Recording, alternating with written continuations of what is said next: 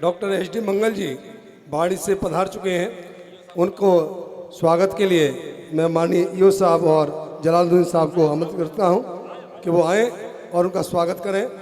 साथ ही अनिल जी जिला महामंत्री बीजेपी मंच पर आए और अपना स्वागत स्वीकृत करें। माननीय ईओ साहब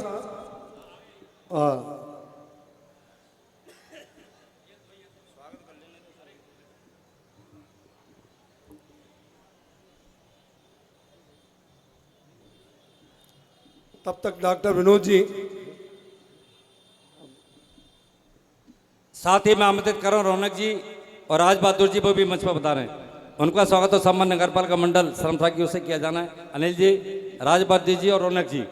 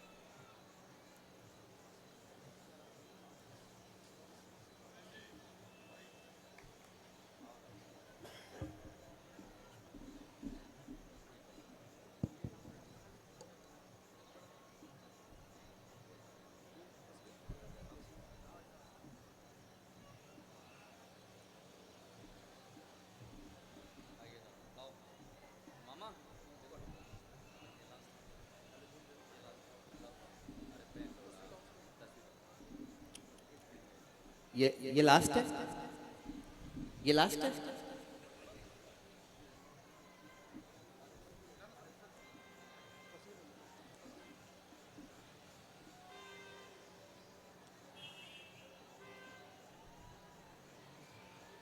और कोई बचा? दीपक जी, और कोई बचा? नहीं, और हो तो और भी ले आओ। अगली बार क्या करें, कवि सम्मेलन 2 दिन का किया कीजिए। एक दिन स्वागत वगैरह कर लीजिए, एक दिन कवि सम्मेलन कर लीजिए। तो एक बार जरा आप तालियां इनके लिए बजा दीजिए जो हमारे अतिथि बाड़ी से पधारे हैं। डॉक्टर साहब, और क्या बात हो सकती है। यह होती है कविता की प्यास। प्यास के एहसास का रहना जरूरी है, रस भिखारी दास का रहना जरूरी है, और तृप्ति की मृत्यु न हो जाए कहीं पर, इसलिए भी प्यास का रहना जरूरी है। आइए, मैंने उनकी भूमिका बना दी थी। मैं कहूंगा कि फिर से उनका नाम आपके बीच में ले रहा हूं। विनोद जी लवानिया जी वे कृपा पूर्वक आए और अपना कविता पाठ करें। डॉक्टर साहब, एक बार जोरदार तालियां फिर से उनके लिए बजाएं। ये जोरदार थी, फिर तो रहने देते। बोल मंगल बाबा की। ऐसे ही बोलेंगे तो फिर रह गई। दादा ने तालीन की कही, आपने तालियों नहीं बुझी। मैंने जय बुलवाई तो जय नहीं बुली, तो फिर का करेंगे भैया? बात तो बता दो। परम श्रद्धेय मंच को प्रणाम करता हूं, माता सरस्वती को प्रणाम करता हूं, और आप लोगों की पावन उपस्थिति को प्रणाम करता हूं। 2022 में एक बार मैं आया था जब ये कवि सम्मेलन शुरू हुआ। माननीय एसडीएम साहब को प्रणाम करता हूं, जलालुद्दीन जी, भाई दीपक गोयल जी, आपका आभार व्यक्त करता हूं।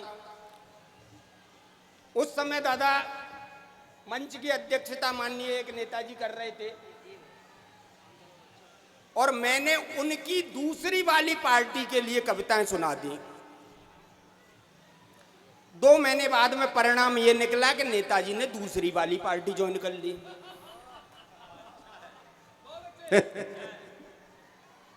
मेरे को मिल गए। मैंने कहा दादा कौन से में? आप तो उसी पार्टी में ना, आप तो भाजपा में हैं क्या? बोले नहीं, कांग्रेस में सुबह तक भाजपा में थे।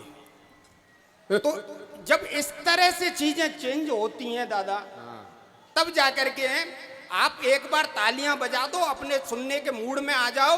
दादा ने बहुत बड़ी सोच समझ करके पूरे विस्तार के रहस्य रिसर्च करके मेरे को उतारा है। क्योंकि आपको सबको बता दूं, आपको सबने पता होगा कि अगर शर्ट का पहला बटन गलत लग जाए, आगे के सारे गलत लगेंगे बिल्कुल जाकर। क्या बात है, वाह, बहुत अच्छे। और दादा ताली तो आप इस बात पे बजाओगे कि पता भी तब चलता है जब सब लग चुके होते हैं। मैं आपके बीच में, आपके लोगों के बीच में हूं, आपके ही क्षेत्र से आया हूं। मेरे पोस्टर में लिखा गया था विनोद लवानिया दिल्ली। इज्जत मतलब बढ़ाने यहाँ वाले मेरे को यहाँ का नहीं मानते, बाहर वालों के साथ आया ये हमेशा ये कहते आए हैं तुम तो सर मथुरा के हो, तुम तो सर मथुरा के हो, तुम सर मथुरा के हो। बाहर वाले बाहर का नहीं मान रहे, यहाँ वाले यहाँ का नहीं मान रहे, छोटे छोटा नहीं मान रहे, बड़े बड़ा नहीं मान रहे, बीच में जाकर के अटक गए बिल्कुल जाकर के।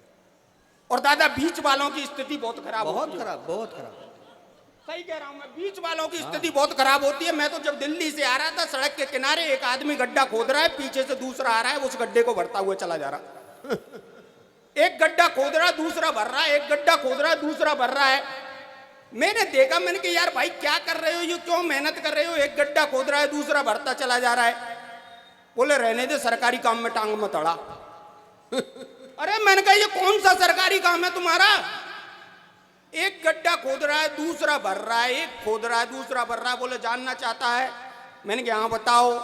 बोले देख, सड़क के किनारे 3 आदमियों को पेड़ लगाने का ठेका मिला था। पहले का काम था गड्ढा खोदना, दूसरे का काम था पेड़ लगाना, तीसरे का काम था मिट्टी डालना। अब वो बीच वाला छुट्टी पे, तो हम क्या करें, हम तो अपना काम कर ही रहे हैं। अरे बहुत अच्छे, बहुत। एक सूचना थोड़ी सी, ये कुलदीप शर्मा भिन्ना, इन्होंने कहा एक देव 5 साल का कोई बच्चा है जो खो गया है, रंग गोरा चिट्टा है और चेक्स वाली शर्ट पहन रखी है। बच्चे कभी खोते नहीं, उसके माँ बाप खो गए होंगे। आज जहां कहीं भी हो, पुलिस वालों तक ये सूचना जानी चाहिए, एक बच्चा खो गया है। तो दोस्तों बस यहीं से आप बना करके रखें, हंसी खुशी का माहौल बना करके रखें। जीने के लिए हंसना बहुत जरूरी होता है कि फूल से अनुबंध का आधार बस मुस्कान है, फूल के अनुबंध का आधार बस मुस्कान है। भमर की गुंजन का व्यापार भी मुस्कान है, और सहज सी कोई दवा मिलती नहीं है दर्द की, पर जगत के हर दर्द का उपचार बस मुस्कान है। पर जगत के हर दर्द का उपचार बस मुस्कान है। मैं बाबा महाकालेश्वर की नगरी में ये प्रोग्राम हो रहा है, बस आप एक बार आज्ञा दे दें मेरे को, मैं वहीं से अपना काव्य पाठ शुरू बहुत करता हूं। अच्छे, हाँ, अच्छा सुन रहे हैं, अच्छा पढ़ो।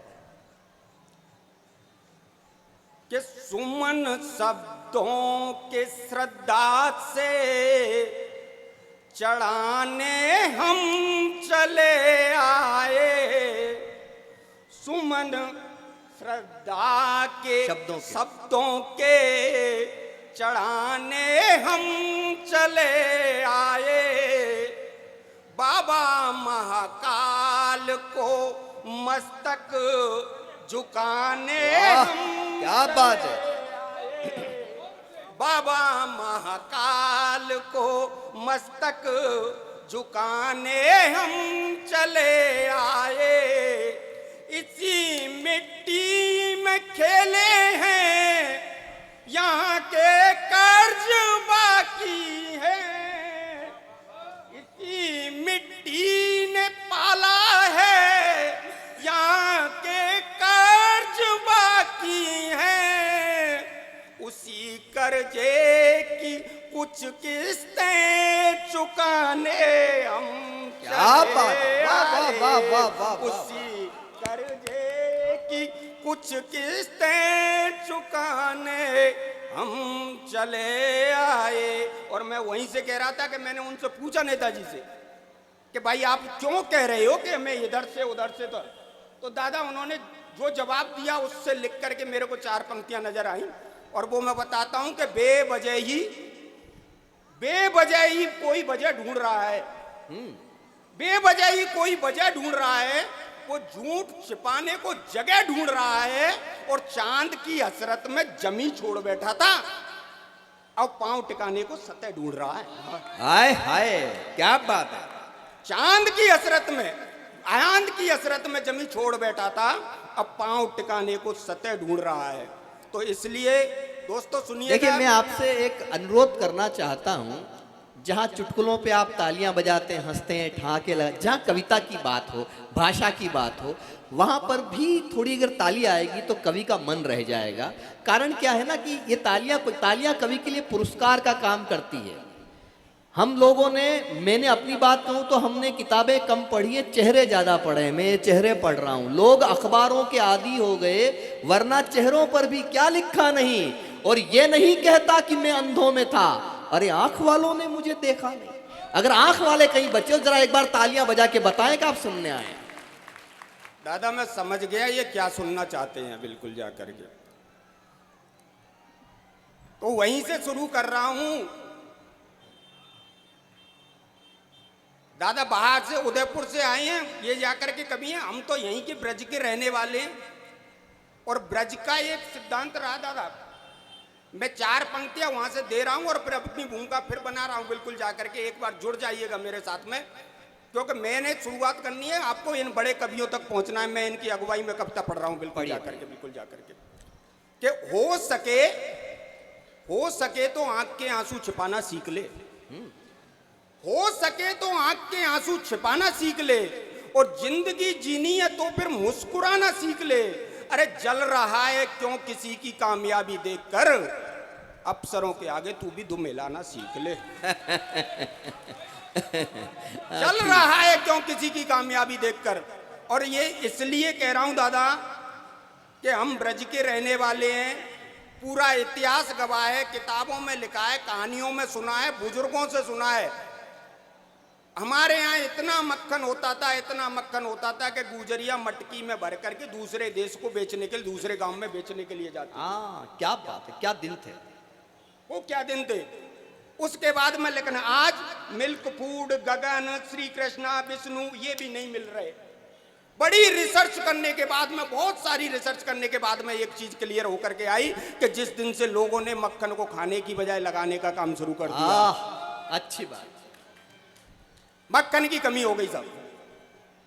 इस देश में लगाने के नाम पे 2 ही चीजें लगाई जाती हैं दादा, या तो मक्खन लगाया जाता है या फिर चूना लगाया जाता है। जो मक्खन लगाते हैं वो बाद में चूना लगाते हैं। कुछ लोग ऐसे होते हैं जो चूना लगा करके मक्खन लगाते हैं,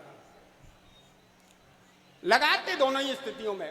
और आज के बाद जब भी कोई आपको मक्खन लगाते हुए दिख जाए तो समझ जाना कि जी चूना लगाने वाला है पक्का।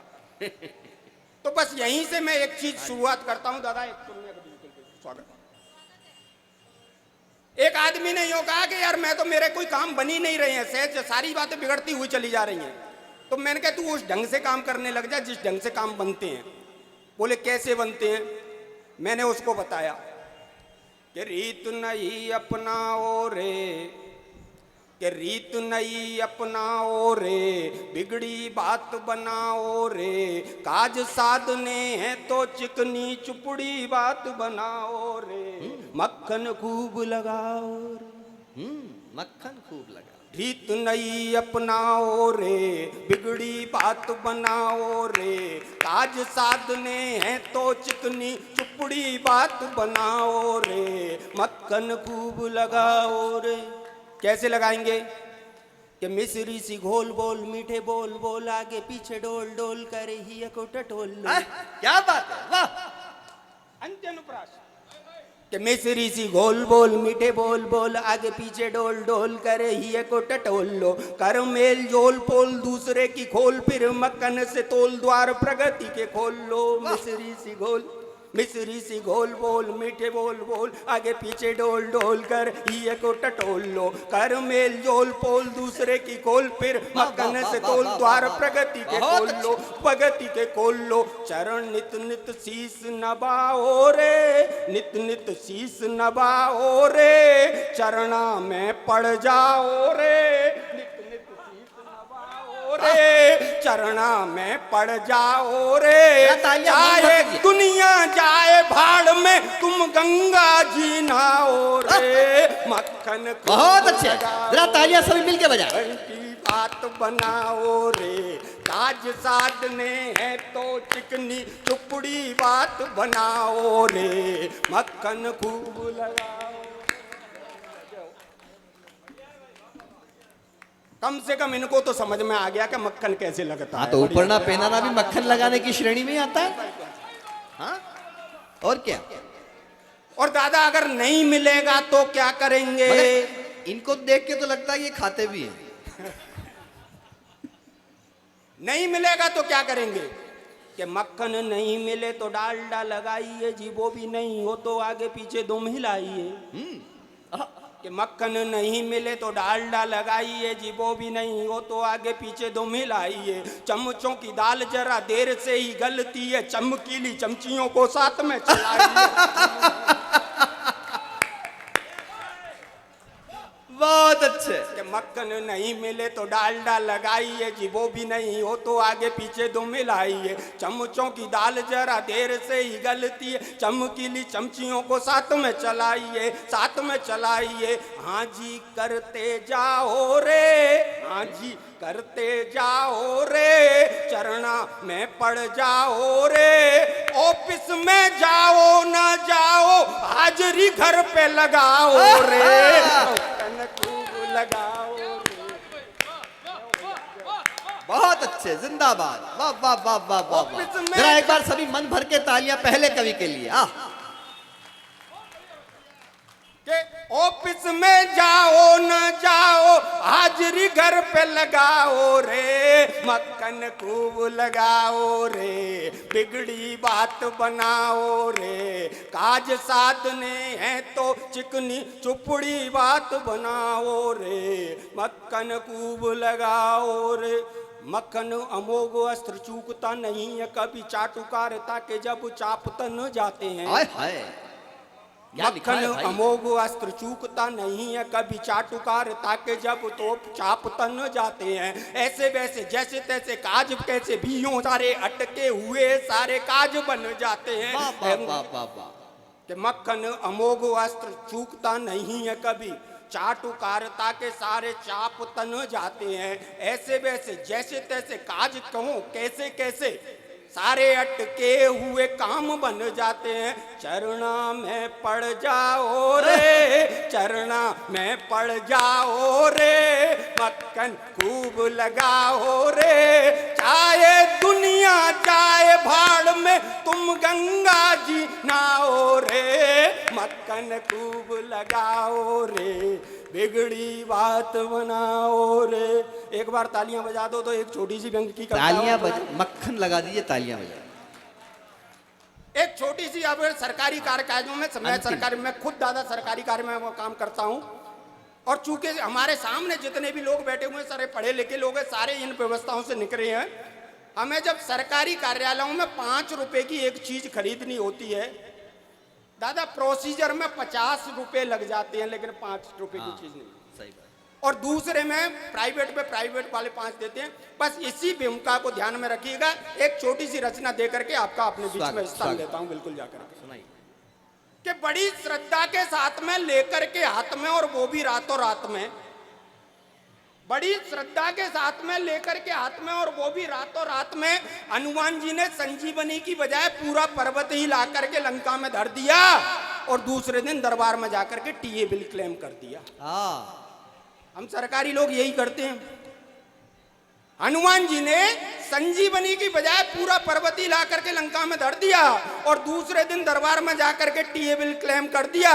तो देखते से लेखा अधिकारी महोदय चकरा गए, क्योंकि जर्नल फाइनेंस के रूल उस टीए बिल से टकरा गए। देखते ही लेखा अधिकारी महोदय चकरा गए, क्योंकि जर्नल फाइनेंस के रूल उस टीए बिल से टकरा गए। उन्हें अपेक्षा नहीं थी ऐसे व्यवहार की, इसीलिए ऑब्जेक्शन की एक पूरी फहरिस्त उस टीए बिल पे उतार दी। क्या लिखा था? लिखा था माना माना माना संजीवनी एक लाइफ सेविंग दवाई है, तैयार हो जाना। लिखा था माना माना संजीवनी एक लाइफ सेविंग दवाई है, पर हनुमान अकेला ही संजीवनी लेने जाएगा तो परचेज कमेटी किस लिए बनाई है? क्या बात है, वाह वाह वाह वाह वाह वाह, बहुत अच्छे। माना क्या होता है? माना माना संजीवनी एक नायब सेविंग दवाई है, पर हनुमान अकेला ही संजीवनी लेने जाएगा तो ये परचेज कमेटी किस लिए बनाई है? मुझे तो लगता है इसमें कोई पूर्व नियोजित अनुबंध है। पहले ये पता करो हनुमान का द्रोणागढ़ से क्या संबंध है। मुझे तो लगता है ये पूर्व नियोजित अनुबंध है। पहले ये पता करो कि हनुमान का द्रोणागढ़ से क्या संबंध है। और दूसरा ऑब्जेक्शन तो उससे भी महान था, लिखा था हनुमान जी को सरकारी नियमों का बिल्कुल भी नहीं ज्ञान था। दूसरा ऑब्जेक्शन तो उससे भी महान था, लिखा था हनुमान जी को सरकारी नियमों का बिल्कुल भी नहीं ज्ञान था। बुद्धि बल विद्या के प्रदाता हैं, बहुत बड़े ज्ञाता हैं, पर सरकारी मामलों में थोड़ी सी कमी है। वही चीज हमें कमी है। अगर सरकारी नियम के मुताबिक संजीवनी ही लानी थी तो पहले कम से कम 3 पर्वतों से कोटेशन मंगानी थी।